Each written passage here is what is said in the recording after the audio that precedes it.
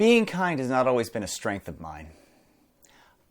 I don't want to lay my childhood bare or anything. The last thing anybody needs is a guy in his 50s talking about how his childhood messed him up. But I didn't really grow up in a house that rewarded kindness.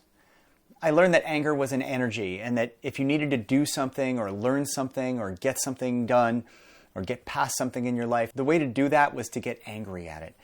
Like a big truck parked on an incline. You know, a little extra push. If you're just parked on an incline, you just got to push a little harder to get over the edge. And I learned that lesson well as a kid.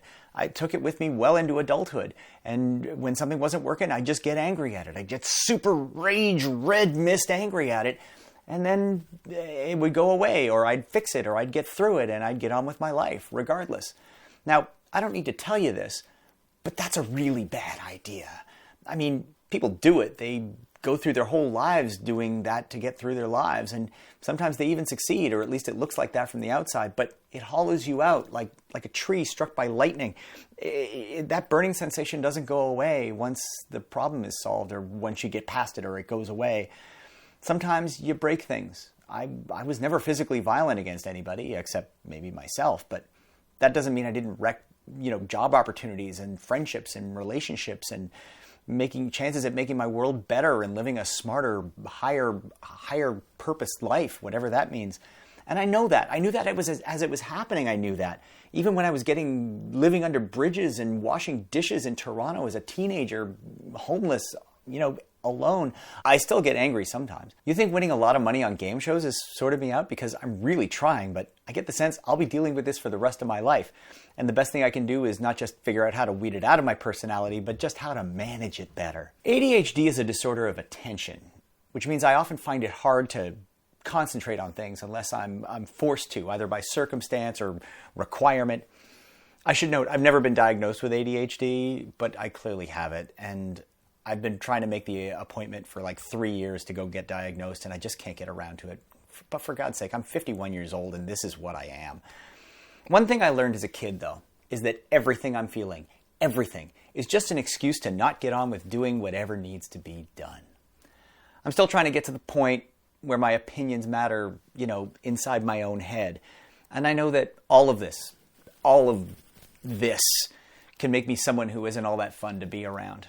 Not because I'm a perpetual rage queen who's constantly distracted by squirrels, but because I'm constantly fighting a battle inside my head to keep focus on the task at hand, or at least follow through on some promise I've made, or finish making a video so that I can start making another video, or whatever, before a fuse goes off in my head and I've either got to go to sleep right now, or I've got to go out for a run or a walk because I'm too angry to think about stuff, or I just give in to exhaustion and I just have to lie down, even if I'm nowhere near a place where lying down is realistic.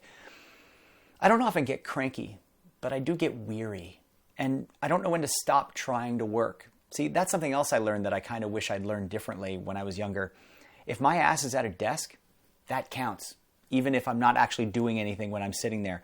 Even if I'm slogging through a project. Even if I'm not moving at all. W.C. Fields once said, "If at first you don't succeed, try again, and then quit. There's no point in being a damn fool about it." Now, I learned that quote in my teens, and I thought it was funny because it kind of is. But I never really internalized the lesson that's in that quote. Also, I don't think W.C. Fields actually said that. I think it might have been Stephen Leacock, which, Canada.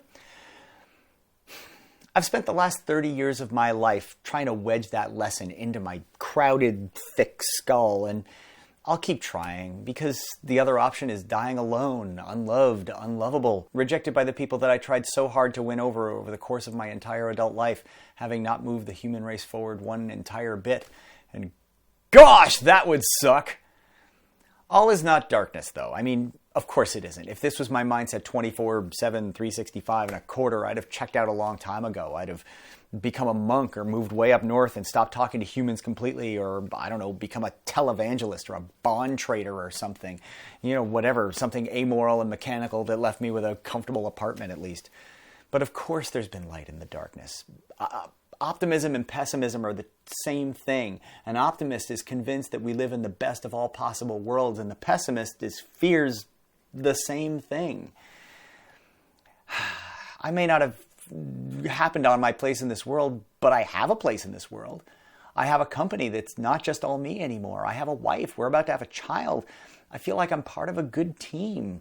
I don't know. There's been false starts. There's fuck-ups all the time. But every month, my world gets a little bit bigger and a little bit better and a little bit kinder. And I'm learning patience. Slowly, I'm learning patience. So slowly. But, if I waited until I was ready to move forward in my life, I'd never be ready. I'm learning how to be kind and stay curious.